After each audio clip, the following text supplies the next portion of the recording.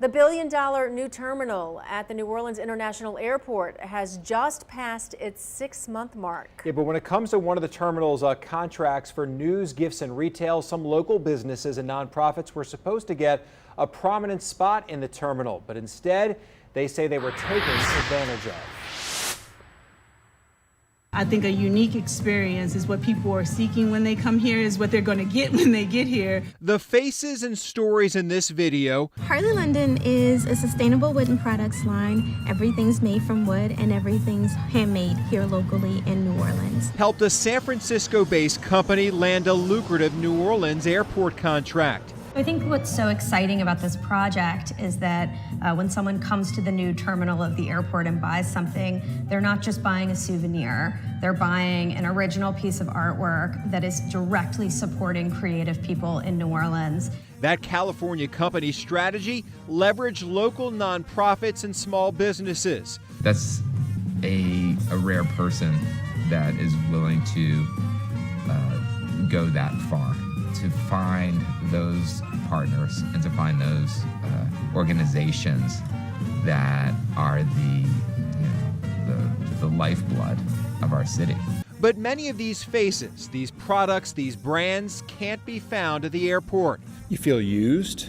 Yes, I do. Because once the airport awarded that California company the contract, many of the deals evolved and in some cases evaporated. It was going to be life-changing in a great way. Pacific Gateway promised Hattie Mole her own airport store, even drawing up renderings. I spoke in front of the aviation board on their behalf a few times. I went to city council meetings with them. They asked me regularly to ask people in my network, professional acquaintances or personal acquaintances, to come with me to these meetings so that they could have a bigger showing of support than other groups. And I did that because I was committed and I was on board, and they got what they wanted and slowly started backing away. After the airport awarded Pacific Gateway the contract, I was trying to call them. I was emailing the two men who were running point on the project, and I was getting nothing in return. At one point, the boutique owner says 7 months went by without any communication from Pacific Gateway. They were in constant contact up until their contract was awarded. And it was pretty obvious that once the contract was awarded, that they were backing away behind the scenes. And, you know, it was disappointing. It was unprofessional. I feel like it was disrespectful. Eventually, she received a response. Pacific Gateway changed her deal from a store to a freestanding storefront. And almost a year after that, it scaled back her deal even more.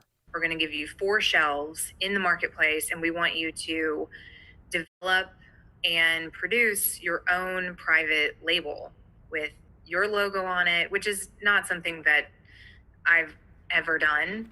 It's not part of my business model. So she spent thousands of dollars testing and developing products. But a month after that meeting, communication once again stopped. So I went from a freestanding store in a terminal to a section in a marketplace to 4 shelves with products I was supposed to spend money on to develop.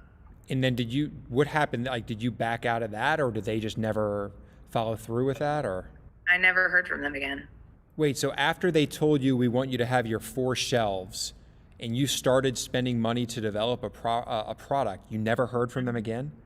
Never. This opportunity is miraculous because you never know who's going to see your products.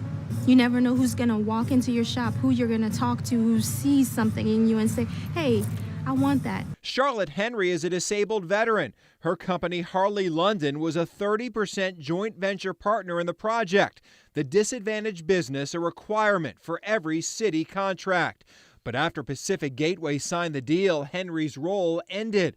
She told us by phone, "I feel like someone won the contract and we were no longer valuable to them."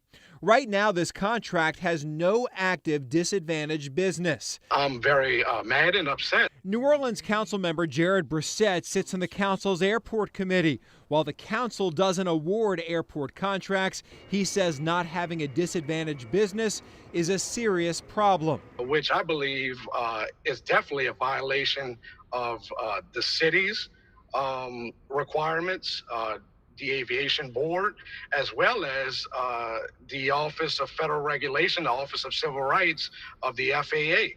After the airport awarded Pacific Gateway the contract, the company was sold to Stellar Partners, whose parent company is HMS Host. In the proposal Pacific Gateway submitted to the airport board, the company complimented the work of the nonprofit Yaya, short for Young Artists, Young Aspirations. We're a nonprofit that provides visual arts training to young people ranging in ages from 5 to 25. Pacific Gateway promised Yaya an area for display and sale of art pieces by Yaya's young artists to financially support the work of this institution and help the young artists gain some commercial success. My understanding was that it would be a whole area that would have signage, talk a little bit about what we do, encourage people to visit the Yaya Art Center. Instead, Pacific Gateway scaled back Yaya's deal. We have a portion of a table in a newsstand that has a handful of glass pieces on it. If we walked by this table, would we even know Yaya was behind it? Probably not. To be honest, I don't feel that the display is a great representation of who we are and the level of artistry coming out of our program. While Yaya's disappointed, they are hopeful HMS Host will expand their airport presence. I still feel that there's a great opportunity for us there, and I hope that we'll be able to land on something that everybody's really proud of. Other nonprofits and businesses that were a part of Pacific Gateway's proposal now have a scaled back or non-existent presence at the airport. That includes Southern Food and Beverage Museum, Preservation Hall, and the juice shop Pulp and Grind. We wanted to ask the airport why it wasn't looking out for the small businesses that were part of this deal, but the director declined our request for an interview. HMS Host also didn't respond to our request for a comment.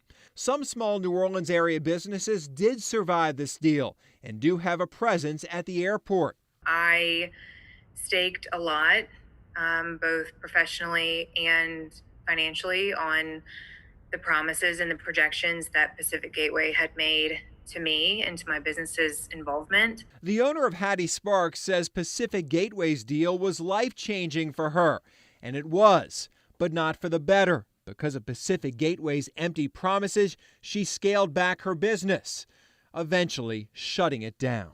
They knew that the New Orleans market rallies behind its local businesses and really appreciates people supporting those larger companies coming in and supporting the local economy here. And they used that to their advantage. And then once they got what they wanted, they dropped most, if not all of us. The airport did send a statement regarding the disadvantaged business enterprise and said that the new company, Stellar, is in the process of replacing Harley London as its disadvantaged business on the project. They said this process is closely monitored by the airport's disadvantaged business enterprise liaison office to ensure program compliance and that the disadvantaged business goals are met. Thus far, Stellar's actions in replacing Harley London are in compliance with the FAA's regulations.